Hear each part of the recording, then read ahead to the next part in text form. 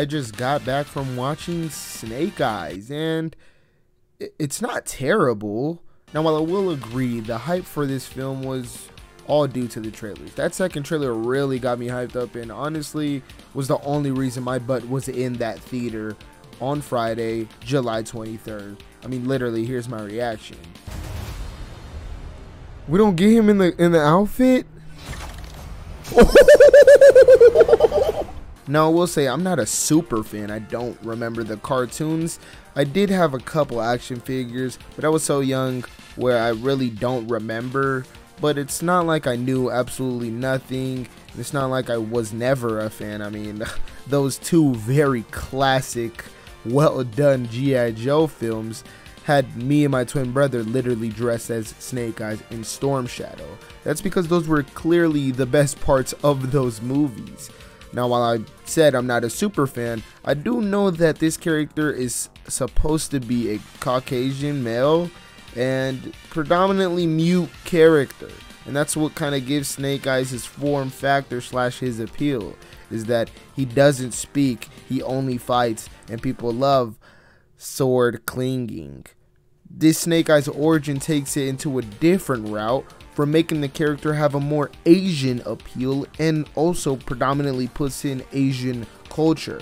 Now, on top of that, the Snake Eyes speaks a lot. I imagine they'll try to make this into a franchise, considering it's already seeming to be a reboot, and they'll eventually sequel this movie, or maybe just have Snake Eyes in the future have some type of reason to go mute, because I would hate for the character that is known to be mute talk all the time. Now, the film kind of starts off as a whole with terrible pacing. We literally get like kid Snake Eyes and then him ninja training within like 10 minutes of the movie beginning. It's kind of crazy. Now, what I will give its props to are the performances from both Andrew Koji and Henry Golding. Henry Golding doing this American accent kind of faults at it sometimes, but it ain't too bad. Andrew Koji obviously makes me love the character of Storm Shadow, which is another gripe I have with this film. I like Storm Shadow like a lot in a Snake Eyes movie. Snake Eyes is predominantly perceived as the bad character in about 90% of this movie. It really feels like the last 30 minutes were supposed to be Snake Eyes still being negative, but the writers went, oh wait, Snake Eyes is the good guy. Oh, we have to make him the good guy. Hurry up, write something to make him the good guy. Scarlett was also in this movie, and she felt a bit shoehorned, including a lot of the Cobra and G.I. Joe stuff.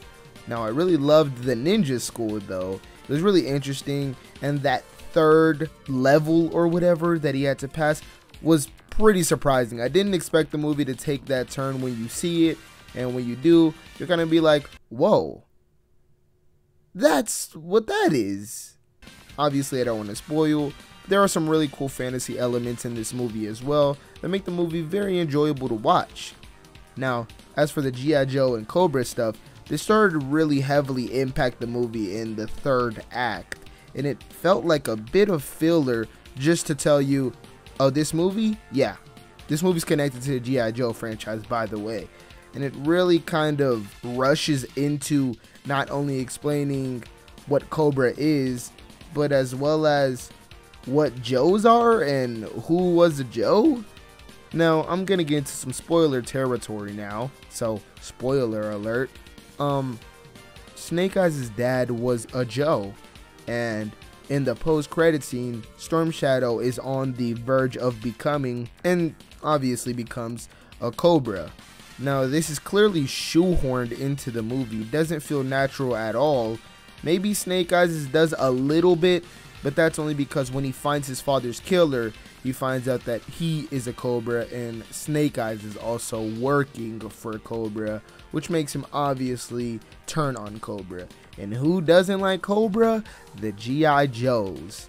Now, while this movie isn't all terrible, I will understand people's gripes, especially hardcore fans, with wanting that predominantly Caucasian character who doesn't speak, that insane martial art action, and the nice sword fighting. While I will say the action wasn't too bad in this film, man, if they make a sequel, we're gonna need a new director. There are elements in this film that are just not great in its cinematography, and a lot of that comes down to its action scenes being filled with shaky cam and close-up shots that make it really hard to read the action.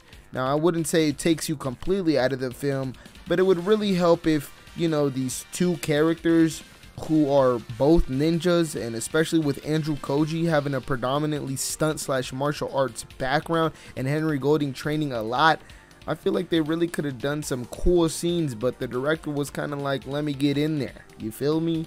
I want to get in there. All in all, this movie wasn't all terrible. I can understand people's gripes, but I don't think the film was garbage, complete trash, terrible from point A to point Z. Absolutely not. I think its structure was alright. They have some pacing issues and some filler and maybe some shoehorn scenes or writing ideas, but overall I don't think the film loses its control on its story, and I believe it tells the story well. It kept me in the seat, kept me kind of enjoyed. It was a very popcorn movie and it was okay. Will I recommend it? Absolutely not. No, this movie does not need to be watched. I think the G.I. Joe franchise is pretty much dead, but if they're going to reboot it, I wouldn't say this ain't that bad. It's definitely better than those two classics that we got. Oh, absolute chef's kiss. Now, I don't think this should be watched in the theater. If I were you, I would definitely wait till you could watch this at home. I don't think the theater experience necessarily impacts this movie too much, but that's still your choice. Snake Eyes, not bad. I'm gonna give it a good 70%. FBI, open up! Okay. I'm gonna give it a 69. Thank you for watching the video. Please follow me on all my social links in the description. I mostly use Twitter and Twitch, so you can go follow those. That would be greatly appreciated. And feel free to check out the Patreon, where we do full-length reactions to series like Falcon the Winter Soldier, Loki, even some movies, etc. And we'll be doing full-length reactions to the new He-Man series on Netflix. Thank you for watching this video.